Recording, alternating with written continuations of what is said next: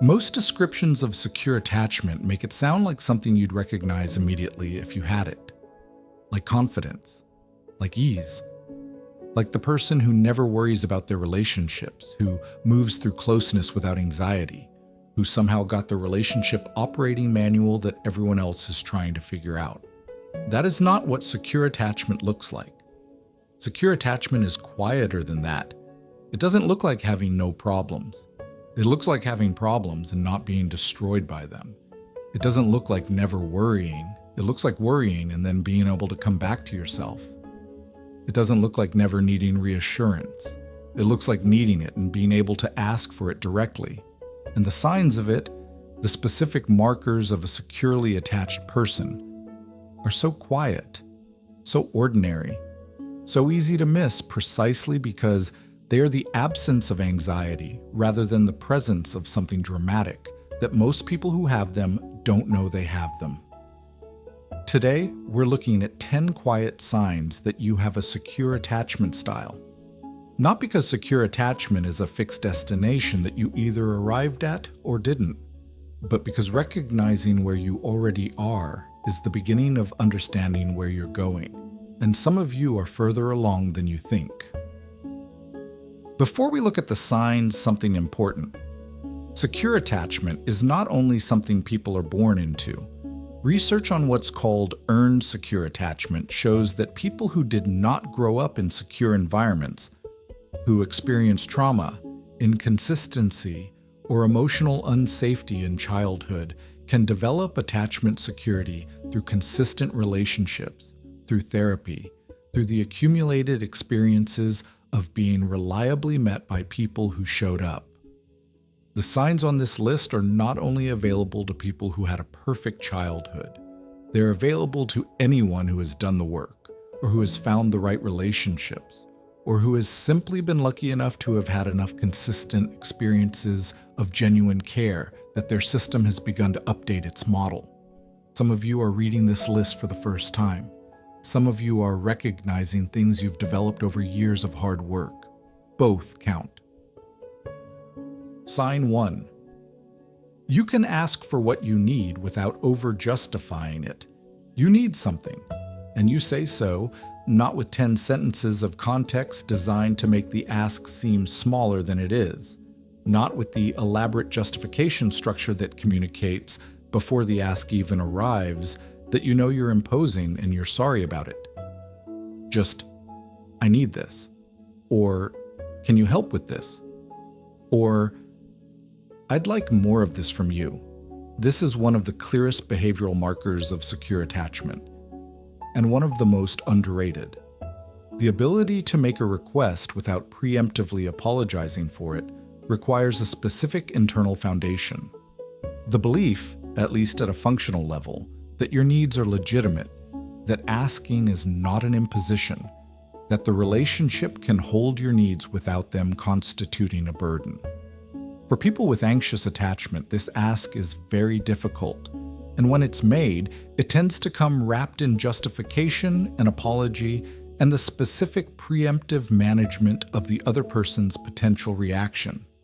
For people with avoidant attachment, the ask often doesn't happen at all.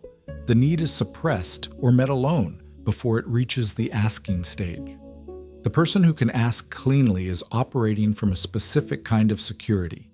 The confidence that the other person can handle the ask, that the relationship is large enough to hold the request, and that if the answer is no, it won't mean what it would mean to someone running a more anxious attachment system.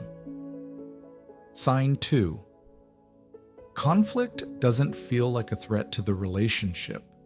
You and someone you care about are in conflict. It's real, not performed, not small, an actual disagreement about something that matters. And underneath the disagreement, there's a kind of ground, a sense, not always conscious, not always articulate, that this conflict is happening inside a relationship that will survive it, that the relationship is large enough to hold the argument without the argument becoming the relationship. For people with anxious attachment, conflict is experienced as a threat to the attachment bond itself, which is why the anxious attachment system often prioritizes the end of the conflict over the resolution of the conflict.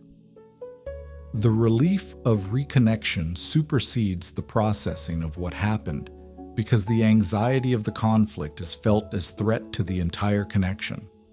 For securely attached people, conflict and connection coexist. The disagreement is real, and the relationship is also real. And the reality of the relationship does not depend on the absence of disagreement. This allows the conflict to actually be worked through, rather than ended as quickly as possible to restore the felt sense of safety. If you can be in conflict with someone you love without the whole architecture of the relationship feeling like it's at risk, that is a quiet but significant sign. Sign 3. You can tolerate a partner's bad mood without making it about you. Your partner comes home quiet or frustrated or clearly carrying something, and your first instinct is not, "What did I do? Is this about me? Have I somehow caused this?" It is instead something like, "They're having a hard time. What do they need?" This might sound simple. For many people, especially people with hypervigilance developed in emotionally unpredictable environments, it is not. The automatic read of another person's negative emotional state as potentially related to something you did is a very specific learned response, one that develops in environments where someone's mood frequently was related to something you did or needed to be managed regardless. The ability to differentiate between someone's emotional state and a signal about your position in their life is one of the quieter forms of attachment security. It requires a nervous system that has learned through enough consistent experience that closeness doesn't only come when the other person is in a good mood, that the relationship can hold their bad days without you having to earn your place in it all over again. Sign 4. You feel genuinely okay. Being alone, not performing. Okay, actually okay. There is a version of being okay alone that is performed. The person who insists they're fine by themselves because admitting otherwise feels like weakness, or because acknowledging the loneliness would require sitting with it. And there is the version that is genuine, a person who enjoys solitude, who doesn't need constant company to feel okay about themselves, who experiences their own inner life as something they can inhabit comfortably rather than something they need to escape.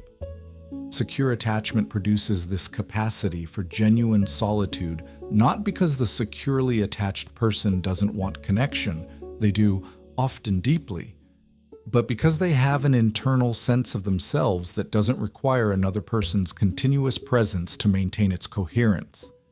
They can be alone without the aloneness feeling like abandonment. They can end a conversation without it feeling like the end of the relationship. They can sit with themselves without immediately reaching for stimulation. This is one of the signs that overlaps with what therapists sometimes call a coherent sense of self, the experience of existing as a stable person with particular qualities, regardless of who is or isn't with you in a given moment. It is quieter than it sounds, and it is deeply foundational to every other sign on this list. Sign 5. You can receive care without deflecting it or immediately reciprocating. Someone does something kind for you, and you let it land. You don't immediately say, "You didn't have to do that," as a way of minimizing the gift. You don't immediately counter with something of equal value as a way of restoring balance. You don't deflect with a joke or a change of subject. You receive it. You say thank you and mean it. You let the warmth of the gesture actually reach you. This is harder than it sounds for many people, especially those who grew up in environments where needs were not reliably met, where receiving felt like incurring a debt, or where the appropriate posture was always self-sufficiency. For those people, receiving care activates a kind of discomfort. The vulnerability of having been seen as needing something, the sense of obligation created by the gift, the specific uncertainty of not knowing whether the care will continue. The person who can receive without deflecting has developed enough security in the relationship and in themselves that the care doesn't produce those activations. The warmth lands. The thank you is genuine. The moment is allowed to be what it is, rather than being managed away before it can create anything uncomfortable. Sign 6. You don't need constant reassurance, and when you do, you can ask directly. The monitoring is quiet. You're not constantly checking for signs that the relationship is okay. You're not analyzing the last text for evidence of a shift. You're not measuring the warmth in the last conversation against the warmth in the conversation before. The relationship exists in a kind of ongoing trust, not certainty, not the absence of any doubt, but a baseline assumption that things are okay unless there's genuine reason to think otherwise. And when something does come up, when the reassurance is genuinely needed, when something has happened that requires acknowledgement, you can ask for it directly, not through indirection, not through a question that is secretly an ask, not through manufacturing a situation in which the reassurance will be offered without you having to request it. Just, I need some reassurance about this. Can you tell me where things stand? This combination, low baseline anxiety and high capacity for direct communication about what you need, is one of the most characteristic features of secure attachment, and one of the most rare. Sign 7. You trust your own read of a situation. Something happens in a relationship and you have a read on it, a sense of what it means or what was behind it or what the other person was feeling. And you trust that read, not absolutely, not without the willingness to update it, but with a functional confidence that your perception of reality is worth something. For people with anxious attachment, this trust is often eroded.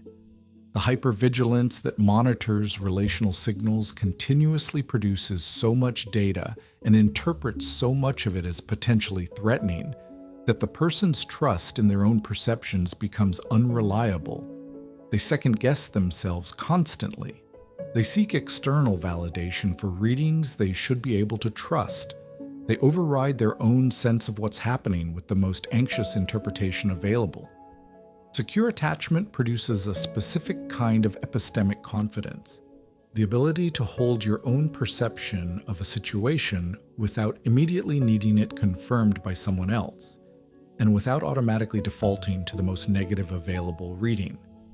You notice something, you have a sense of what it means, and you trust that sense enough to act on it or to bring it into conversation, rather than spending hours or days trying to determine whether the sense is reliable. Sign 8. You can be honest about your needs, even when it risks disappointment.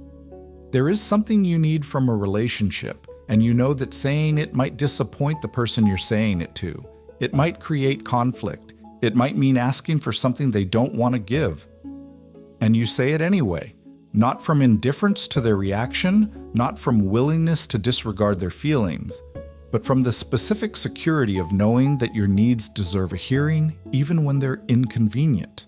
That honesty, even uncomfortable honesty, is more sustainable than the performance of not needing. That a relationship which cannot hold your honest needs is not a relationship you want to stay in for the wrong reasons.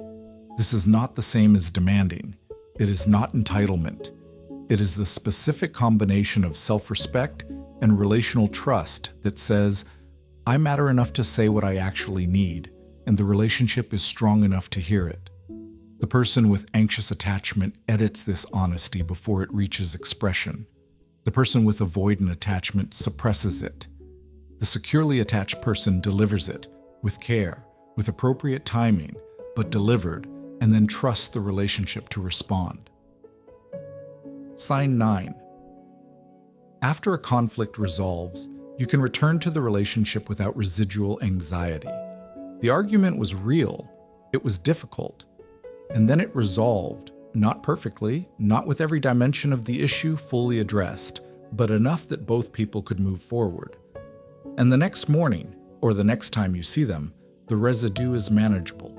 You can look at them without the anxiety of the conflict still active in your nervous system. You can be warm without performing warmth over the top of lingering resentment.